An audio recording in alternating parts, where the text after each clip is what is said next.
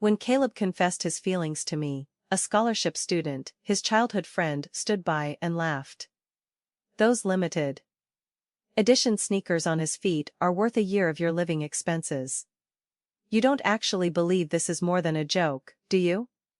But I did believe him. At that time, I didn't realize that Caleb and I were from two completely different worlds. Until his childhood friend lost her bracelet. Caleb, along with everyone else, turned their mocking gazes upon me. His voice dripped with sarcasm. If you need money? You just had to ask. Why resort to this? My eyes turned red and the hand clutching my sleeve trembled uncontrollably. When I transferred schools, I blocked all of Caleb's contact information and left without a word. I never imagined that the ever-proud Caleb would search for me for 7 long years. After gym class, the school belle, Isabel, lost her expensive bracelet. Without my knowledge. She had people ransack my backpack. When I arrived, my desk was a complete mess. She was cozied up to Caleb, whining coquettishly. Caleb, Cora is your girlfriend, can you just ask her to give my bracelet back? Caleb and Isabel were childhood sweethearts. Everyone knew he treated her differently. Even I had to admit that most of the time, they had more to talk about. When they discussed designer brands and limited editions, I could never get a word in, but this time, Caleb didn't rush to answer her. He quietly tidied my desk before looking up at her. His tone was light, yet he didn't deny her claim. What bracelet? I'll just buy you a new one. The classroom instantly erupted, with suspicions growing more outrageous by the second. What does that mean? Was it really the class president? It is not impossible. Everyone knows she is the most famous scholarship student in our year. And she was the only one who went back to the classroom during gym. Edscake, if she sold that bracelet, it would cover her living expenses for half a year, wouldn't it? Hey, I heard her dad's leg was broken years ago after he was caught stealing. I froze at the doorway, as if a bucket of ice water had been poured over me, chilled to the bone. I never knew that the people who politely called me class president to my face would speak of me like this behind my back. Just then, someone shouted, "Class president?" The atmosphere solidified. Countless eyes turned to the door. Even though I had done nothing, a wave of shame and embarrassment nearly drowned me. I clutched my sleeve and saw Caleb turn to look at me as well. It must have been a trick of the light, but I thought I saw a flicker of mockery in his eyes. No one cared about my explanation. In fact, the more I explained, the stranger their looks became. Forget it, Isabel said, her voice soft and gentle. It is not like I am short one bracelet. Isabel magnanimously told everyone she had probably lost it herself and that the matter was closed. But I couldn't stand being slandered like this. As she turned to leave, I grabbed her arm, intending to take her to see the security footage. Isabel tilted her head, a meaningful look in her eyes. I had expected her to refuse, but I never, ever expected Caleb to be the one to stop me.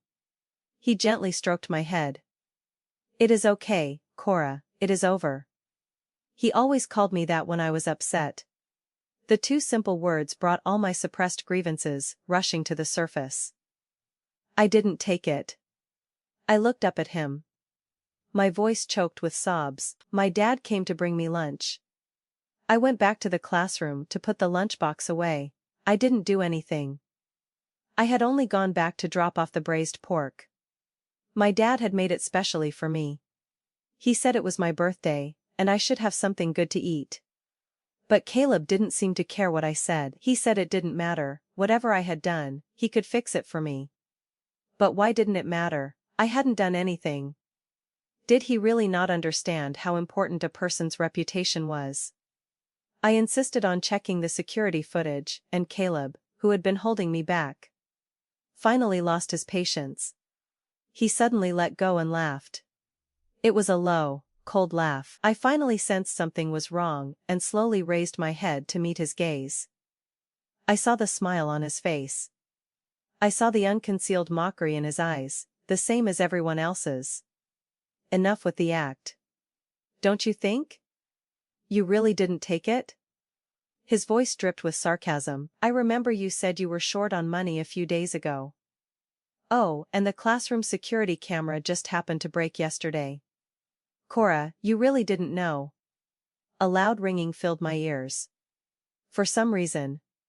At that moment, I remembered what Isabel had once told me. She had said, "You still don't get it. You and Caleb are from two completely different worlds." I hadn't understood then, but in that instant, I finally did. Caleb, the golden boy who grew up adored by all, had a deep-seated prejudice against the poor. In this situation, he would unhesitatingly believe Isabel, who was from his world. He knew better than anyone how important a reputation was. He just hadn't believed me from the very beginning. The sharp school bell rang, blending with Isabel's laughter. In the chaos, someone bumped into the desk. I turned in a panic, just in time to see the container of braised pork fall. The food spilled all over the floor. The oily pieces of meat rolled to a stop at my feet, covered in dust and scraps of paper. I stared blankly, suddenly unable to speak. The last tightly wound string in my mind snapped. Caleb's words continued. If you need money, you just had to ask. Why resort to this? But I couldn't listen anymore. I closed my eyes and shoved him hard. When I looked up again, tears were streaming down my face. Caleb, my family is poor. But I don't steal. The autumn rain was bone-chilling. I sat on the stadium steps, holding the lunchbox, eating in silence. There wasn't much left, most of it had spilled. Caleb found me, holding an umbrella. His voice was tight with anger. What are you doing running around? Stop eating that, isn't it dirty? Cora, did you hear me? It is just some braised pork, is it that big of a deal? I'll get you another portion. Caleb rarely lost his temper with me. Normally, I would have pounced on him and fought until he begged for mercy. But right now, I just wanted to finish this meal in peace. I clutched the lunchbox, refusing to let go. Refusing to share his umbrella. Every time he took a step, I shuffled away with my food. Are you avoiding me? His face went blank for a rare moment, after a second of silence. He took a step back, holding the umbrella over my head while he stood in the rain, watching me silently. By the time I ate the last bite, the rain was pouring. Caleb spoke. About the bracelet, I will. Don't bother, I cut him off. I'll handle it myself. I said I'd help you. Caleb's voice was laced with confusion. How are you going to handle it, with your living expenses? Hearing this, I wanted to laugh, but I couldn't. Think whatever you want. I carefully packed the empty lunchbox and started walking back. Caleb's voice melted into the rain. I thought I heard him call my name. But I didn't turn back. After that day, Caleb stopped coming to school. That was our last conversation. Isabel dropped the matter, but the rumors didn't stop. My teacher pushed up his glasses and told me sternly that he would investigate this thoroughly. When I returned to the classroom, someone saw me and instinctively stuffed their wallet deeper into their desk. I froze. A bitter ache filled my nose. I had studied so hard to get into this high school, consistently ranking first in my year, only to be treated like a thief. On the day of the parent-teacher conference, I saw people pointing and laughing at my dad's back from a distance. Their voices drifted over. Hey, isn't that Cora's dad from class 7? I heard his leg was from stealing. The apple doesn't fall far from the tree. Cora took Isabel's bracelet, didn't she? In the cold wind, I saw my dad's figure stiffen. For the first time, I couldn't look him in the eye. Gossip is a terrible thing. The silent stares felt like 1,000 cuts. That was the most agonizing day of my life. When we got home, my dad smoked in silence for half the night. I cried and told him, I didn't steal anyone's bracelet, I've always remembered what you taught me. My dad didn't blame me or ask any more questions. After a long time, he asked sadly. Were you wronged because of me? In the shadows, I saw him smile at me. I am sorry, Cora, his voice was hoarse. For making you unable to hold your head up high too. He told me what had happened all those years ago, but I already knew. I was the child he had found. I wasn't capable, and you got very sick. That year, I begged and borrowed, but I was still 1,000 short for the money to save your life. I saw my dad lost in memory, the pain in his eyes undiminished by the years. I had no choice, but what is done.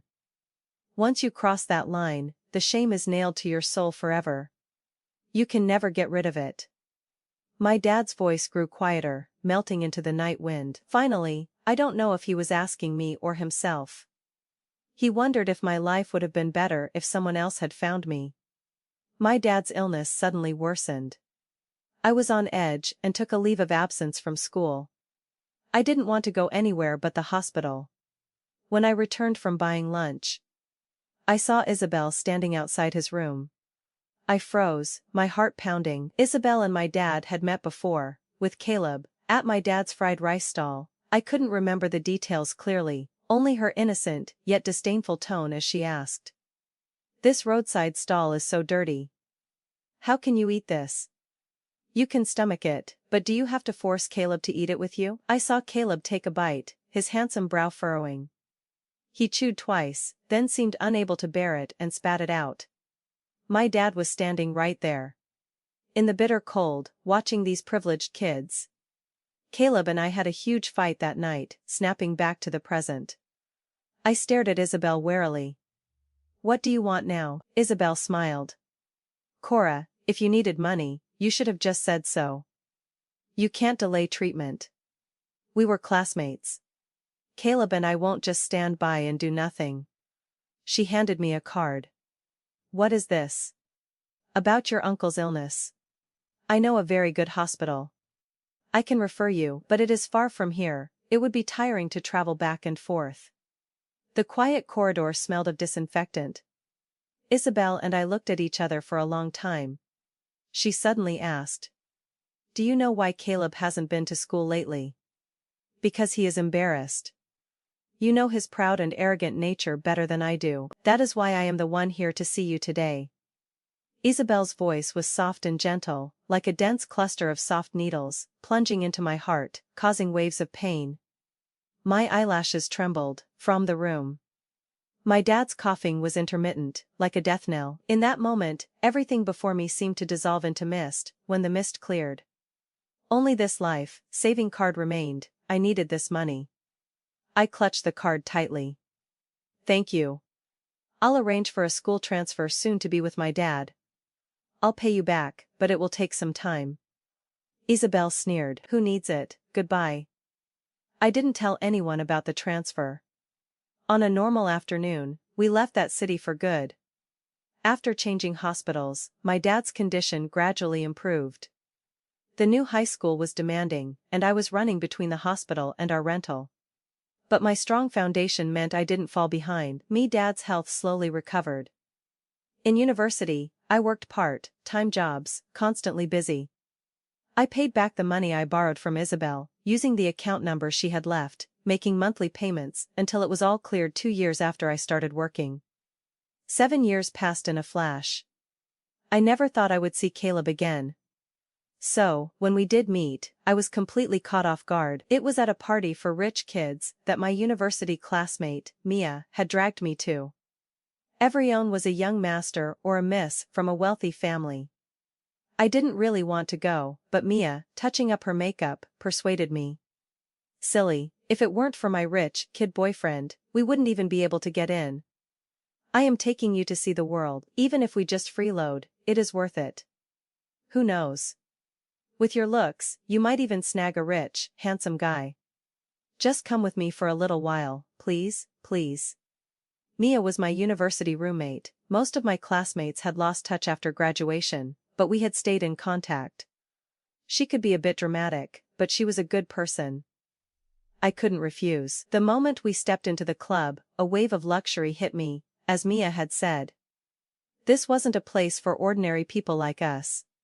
Freeloading did sound like a good deal. I thought so right up until we entered the private room. The moment the door opened, I saw Isabel in the crowd. She had changed a lot in 7 years, shedding her youthful immaturity for an elegant and sexy demeanor. I never expected to see her here. Isabel clearly hadn't expected it either. She even knocked over her wine glass. The room was lively. Mia pushed me in, and many people started calling for an introduction. Isabel stared at me and smiled slowly. An old classmate, I know her well. The catcalls grew louder. An old friend, Miss Isabel. Hurry up and introduce us. I should indeed. Isabel leaned back in her chair, a thoughtful look on her face. We looked at each other across the crowd. She asked me with feigned distress. Should I start by telling them about you stealing my bracelet, or should I just start with your name? The words fell, and the boisterous room went silent. The smiles of the people who had been catcalling froze, and their gazes turned strange. Then, all eyes were on me. The scene from 7 years ago seemed to replay itself. Isabel was still smiling. Mia flared up instantly. What are you talking about? Don't you dare slander her? Cora is not that kind of person. Isabel looked at me.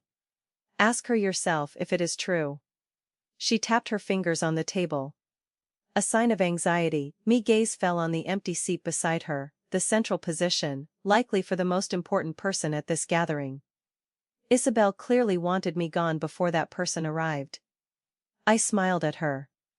You are nervous. The smile in Isabel's eyes instantly faded. My answer is the same now as it was 7 years ago. I, Cora, would never do such a thing. And that bracelet from 7 years ago. I looked at her carefully. Did you really lose it? I didn't get an answer. Because before she could speak, the door to the room suddenly opened. It was dead silent. Isabel stared at the door, her face suddenly pale. I didn't turn around, but I could feel a gaze land I pulled Mia and started to walk out. As we passed, someone grabbed my wrist. Not staying for a bite. The fingers on my wrist tightened instinctively. Caleb seemed to laugh. Nothing to say to me. Fine. Caleb let go. The door closed and the corridor was silent. I continued walking with Mia. As we reached the entrance, a footstep sounded behind us. It is raining. Caleb had caught up and grabbed my wrist again. I'll give you a ride. Mia peeked outside. The ground was wet, it was indeed raining. A cool breeze made her shiver. I pulled my wrist away, not looking at him. No need, I've called a car, wait for me. Caleb didn't give me time to finish. Stepping into the rain with an umbrella. Soon, a black Bentley pulled up. I sighed and finally met his gaze. Caleb had transformed from the lazy teenager of the past into a man with a calm and steady demeanor. After 7 years. The gap between us from our school days had been magnified infinitely. The watch on his wrist alone was worth more than most ordinary people could earn in many years. This was a chasm that couldn't be crossed with hard work and a good education. I've called a car, I repeated. Feeling weary. Caleb didn't answer. He opened the passenger door and stood there, watching me quietly, as if he wouldn't leave until I got in. It was hard to believe that the person who had skipped school for a week because he was embarrassed by me would now be so stubbornly insisting on taking me home in public. After a brief standoff, my car arrived. Mia was cold and got in first. I had just taken a step when Caleb blocked me. Did you forget? His voice was soft. His expression finally serious as he looked at me. Back then, we never broke up. Back then that phrase felt so distant. I sniffled in the cold wind and asked him seriously. Do you want me to do it now? Caleb froze. He wanted to say more, but Isabel suddenly came out. Seeing us, her face paled for a moment. Caleb, Isabel came over, subtly positioning herself between us.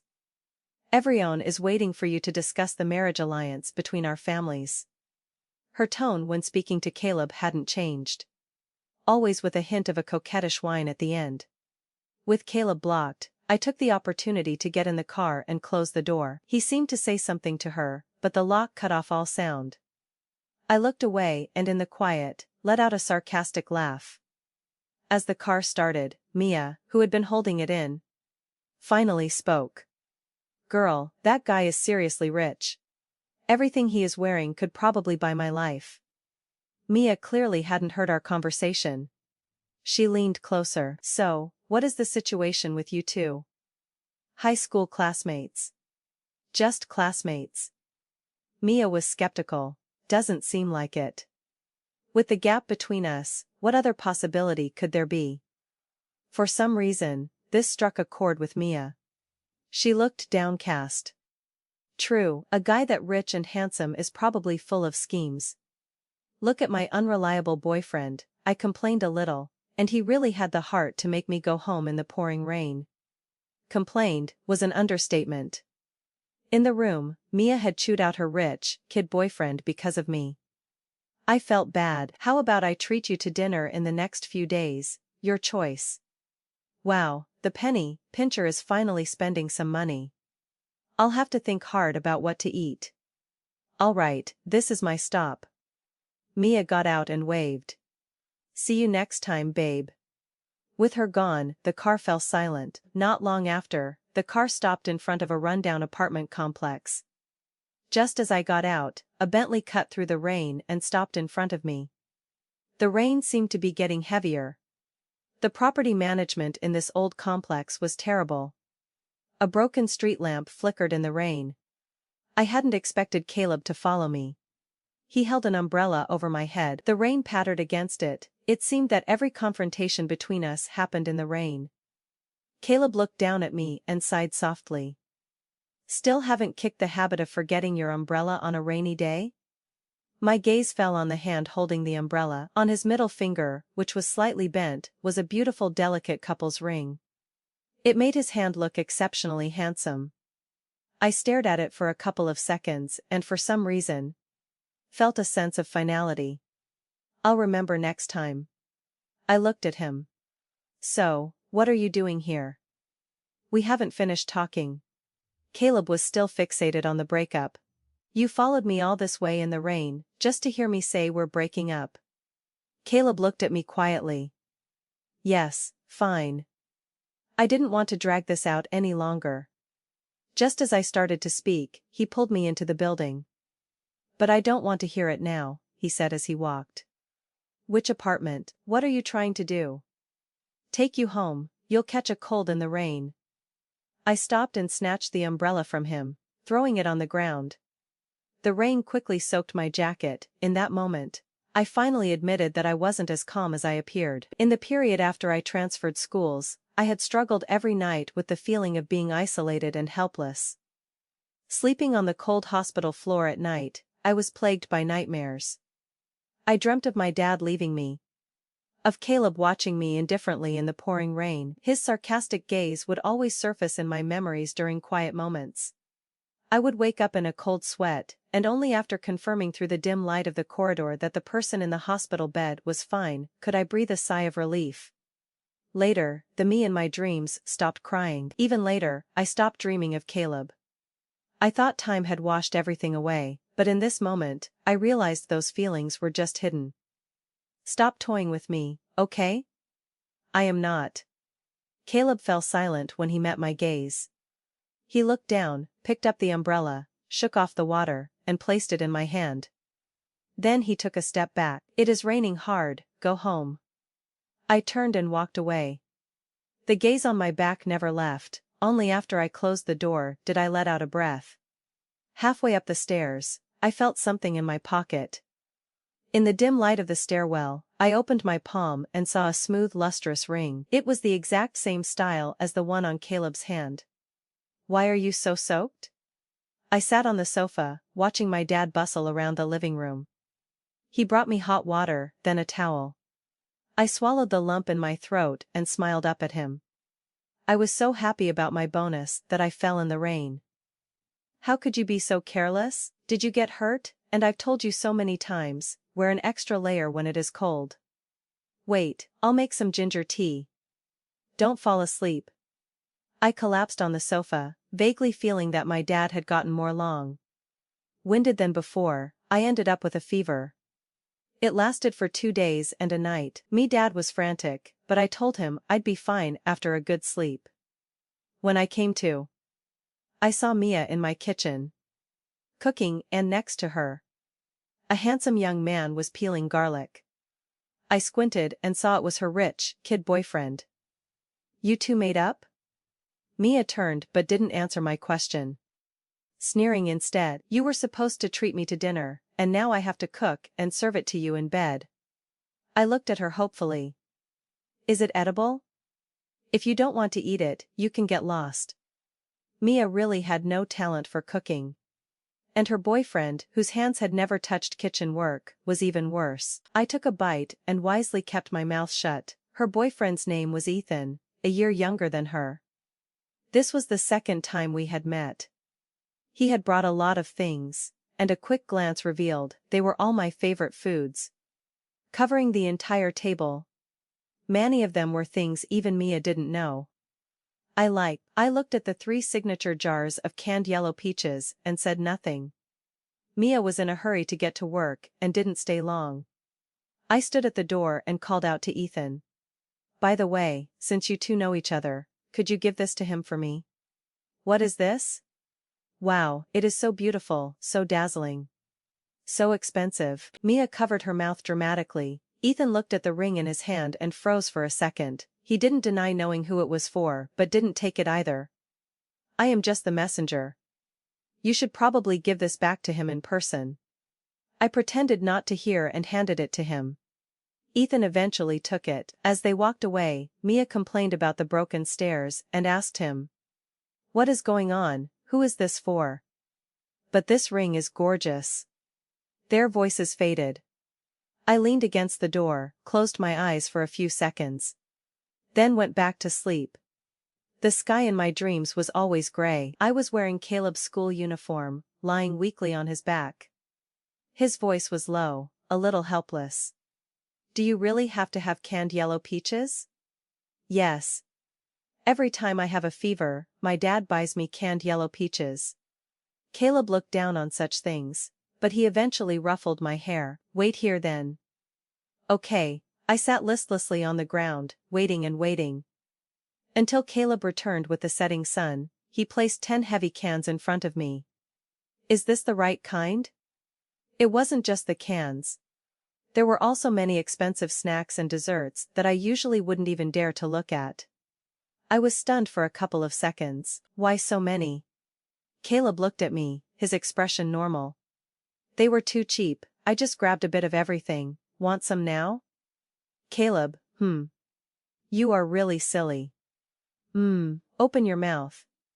The cool piece of peach was dropped into my mouth. "1 can," I said. "Just buy 1 can next time." "Is 1 can enough for you?" Caleb looked at the nearly empty can and laughed mercilessly. "Let's make it 3. It was dark when I woke up. It had been raining continuously for the past few days. The dream made me feel restless. I hadn't dreamt about my past with Caleb in a long time. The living room was dark and quiet. My dad wasn't back yet, for some reason. My heart started to beat faster and faster. I gulped down half a glass of hot water, feeling the warmth slide down my throat, but the restlessness only grew. I grabbed my jacket, wanting to go out for some fresh air and look for my dad at the night market. Just as I left the apartment complex, I saw the Bentley parked not far away. Such a fancy car was a rare sight in this rundown neighborhood.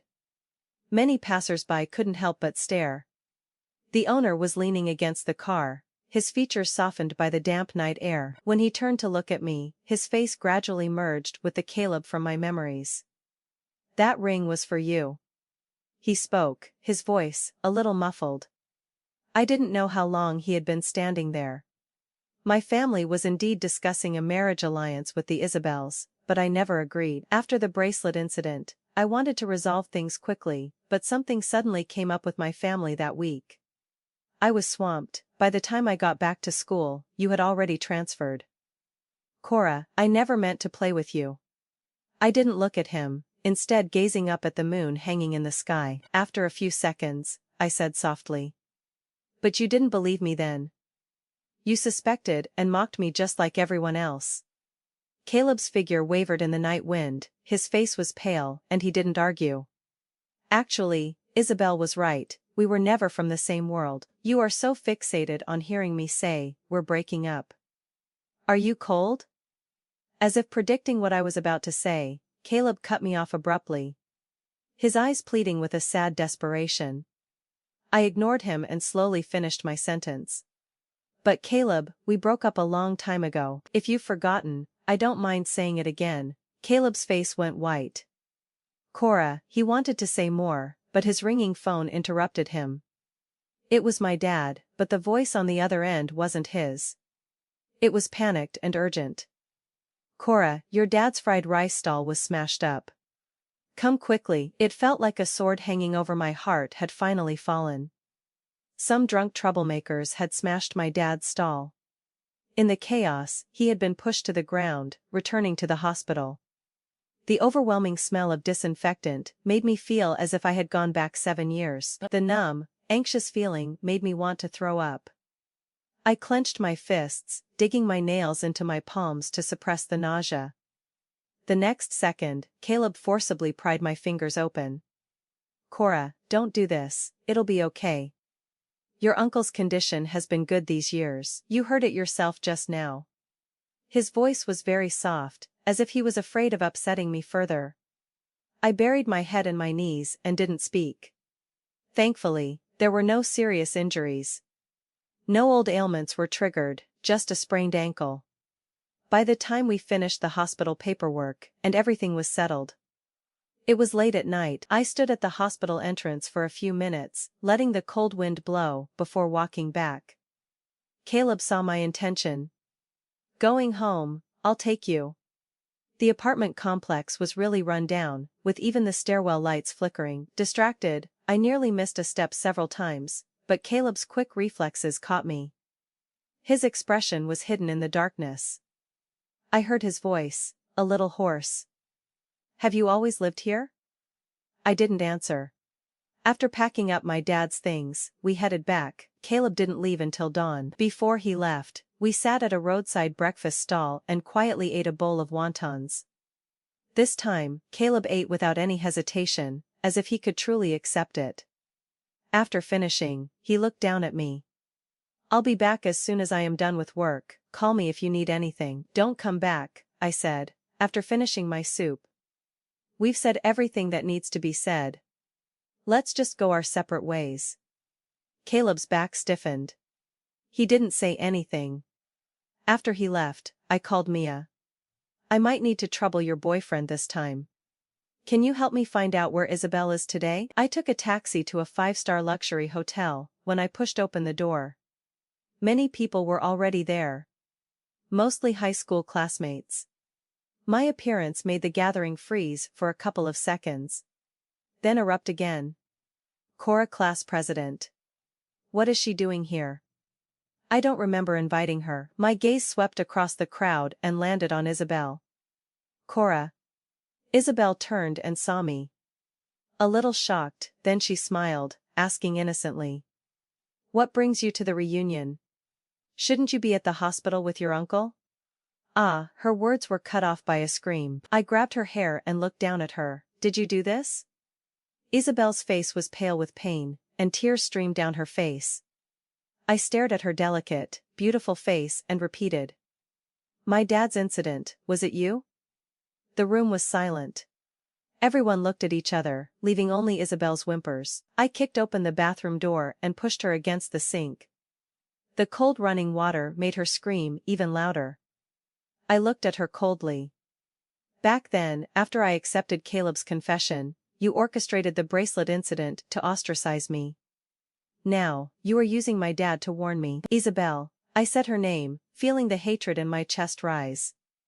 I pulled her hair, forcing her to look at me. I have nothing but my dad. I don't want to fight with you over anything. I just want to live in peace, but if anything else happens to my dad, I swear I'll take you down with me. Isabel just kept crying. She had probably never been treated like this before. Her makeup was ruined, and she looked at me with a mix of fear and defensiveness. But from beginning to end, she never denied it. On my way to find Isabel, I had thought about a lot. Back then, the person who stole the bracelet was never found. And now, 7 years later, the usually peaceful night market stall was suddenly targeted by drunk troublemakers, and only my dad's stall was smashed. Not long after I had run into Isabel again. I was only suspicious at first, but seeing her smile, I was instantly certain. All eyes in the room were on Isabel. Confusion. Shock, disbelief. No one had expected the beautiful, gentle Isabel to be capable of such malicious acts of slander and isolation. So, the bracelet incident was all orchestrated by Isabel. The class president was innocent all along. Back then, I think she was the one who led the search of the class president's backpack. The initial silence in the room gradually turned into whispers, then erupted. Details from the past were brought up, each one a sharp sting to Isabel's ears. I felt countless gazes on me as well. But they were no longer the looks of disgust from back then. After a long standoff, the boy who had stuffed his wallet into his desk when he saw me suddenly said in a low, choked voice, "I am sorry." After 7 years. It seemed Isabel's and my roles had suddenly been reversed. I don't know how I left the hotel. I just remember the sunlight being blindingly bright. I squinted up at it for a long time before slowly looking away. On my way back to the hospital, I bought my dad's favorite roasted chestnuts. Caleb was there again. I stopped at the door of the room and heard my dad say to him, "Thank you for all your help last night." Caleb had brought lunch. He quietly set it out before saying, "It was no trouble. Cora did all the work." My dad smiled, took a few bites, and then, as if remembering something, said, "Thank you for the money you two lent us back then. With that money, Cora and I had a much easier time after we moved. Cora used to talk about you all the time, but you two don't seem to be in touch much anymore." My dad talked on, only realizing at the end that something was wrong. He looked up and saw Caleb's face was extremely pale. "What is wrong?" Caleb's gaze slowly fell on my dad. His Adam's apple bobbed. "What money?" he asked with difficulty. When Caleb left, he looked dazed. He didn't see me in the corner. I entered the room with a normal expression and started peeling chestnuts for my dad. "Is it good?" "Sweet, delicious." After a few seconds, my dad spoke again. "Why did Caleb look so pale just now?" It seemed like he didn't know about the money he lent us. My fingers paused. After a few seconds of silence, I said softly, "I don't know, maybe it was too long ago, and he forgot." It started raining again in the evening, the last autumn rain of the season. Caleb brought dinner. My dad, sensing his mood, didn't say much. Caleb kept his eyes down, not looking at me. After a quiet dinner, he finally spoke to me in the corridor. He said the troublemakers had been dealt with, and that he had found a nice apartment for rent. He suggested I move out of the old complex when I had time. I looked at him quietly for a couple of seconds. "Don't lie to me, is it really for rent?" Caleb didn't answer. I felt suffocated and pushed open the corridor window. A gust of cold wind rushed in. Me cold wasn't completely gone, and my nose was still stuffy. I coughed a couple of times. "Caleb, 7 years is a long time. You are just feeling a momentary unwillingness to let go after our reunion." Caleb suddenly cut me off. His voice muffled. "It is not that. I know if it is love or not. After you transferred. I looked for you for many years. The day we met again. You have no idea how happy I was to see you when I opened that door. I was so afraid it was a dream. I never wanted to break up. Not then and not now. I didn't know about Isabel lending you money. I wouldn't have." Caleb stopped, staring into my eyes, as if he had suddenly realized something. "You knew all along that the money wasn't from me, didn't you? Does it matter?" I took a breath of cold air. "You also suspected something was wrong with the bracelet incident, but you subconsciously believed Isabel wouldn't lie. But Caleb, would I?" The color drained from Caleb's face. He wanted to say something, but he opened his mouth and nothing came out.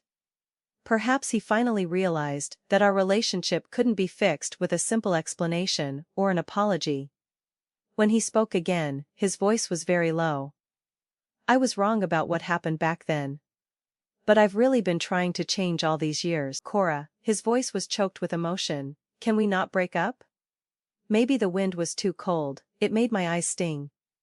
I felt so tired. I looked up at Caleb and asked him very, very softly, Caleb, can you just let me go? I really can't keep up with the drama of you rich kids. I just want to live a peaceful life. The last rays of sunset disappeared, and the corridor grew dark. Caleb stood there, his eyes red, watching me for a long time. Finally, he closed his eyes and whispered, "Okay." After that day, Caleb seemed to disappear. My dad gradually recovered and could walk on his own again. On the winter solstice, I got a promotion. My dad and I celebrated with a hot pot. Everything was moving in a stable, peaceful direction. On New Year's Eve, Caleb sent me a text. "Can we meet? One last time." In the falling snow, Caleb stood waiting for me. "Happy New Year." His voice was so soft it could have melted with the snow. "Make a wish."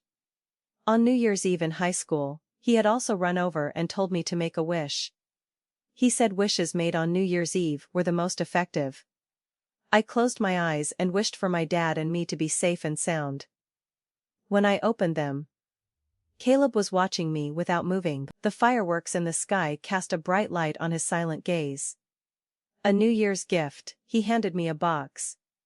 Before I could refuse, he added, "It is nothing expensive, please accept it."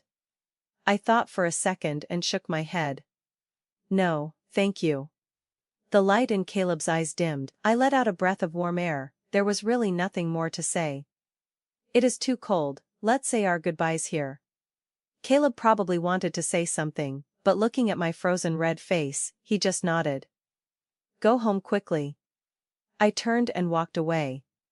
In the wind and snow, I thought I heard him whisper, "Happy New Year" again. Just like in that heavy rain 7 years ago, I never looked back. When I took my dad to the hospital for a check, up I saw Isabel. She looked like she had lost a lot of weight. Her ankles and arms were wrapped in bandages. She seemed to be on the phone. Her voice choked with sobs. "So Caleb, we can't even be friends anymore." I don't know what was said on the other end, but Isabel's face went pale, and she threw her phone on the ground. The crowd was noisy. By the time I finished paying, she was gone. When I got home, Mia and Ethan were there. Using the excuse of celebrating my dad's recovery to freeload a meal, I immediately noticed the diamond ring on her finger. It was as dazzling as she had described Caleb's ring that day. I smiled at her, but she covered my eyes, not letting me look. "Speaking of which, I still don't know how you two made up. Didn't you say your boyfriend left you in the rain?" Mia looked a little exasperated at the mention of this. "That idiot had an upset stomach and was in the bathroom. He didn't chase after me." After some joking around, she asked me, "Did you know that both Isabel and Caleb got into car accidents? One after the other, on New Year's Day? They're still in the hospital." I thought, not only did I know, I had seen it with my own eyes. Mia didn't wait for my answer and quickly changed the subject. I peeled an orange and popped a slice into my mouth, looking out the window. It was a sunny day. My dad's voice came from the kitchen. "Dinner's ready?" Mia shot up like a rabbit and shouted to Ethan, "Quick, quick. Stop her, she is going to steal my chicken wings." Ethan, sitting on the sofa, pretended not to hear, but as I ran towards the kitchen, he casually stuck out a long leg. "2 against 1, that is bullying." "Mia, you are not getting a red envelope from me this year." "What?" Mia turned and wailed. "No, don't."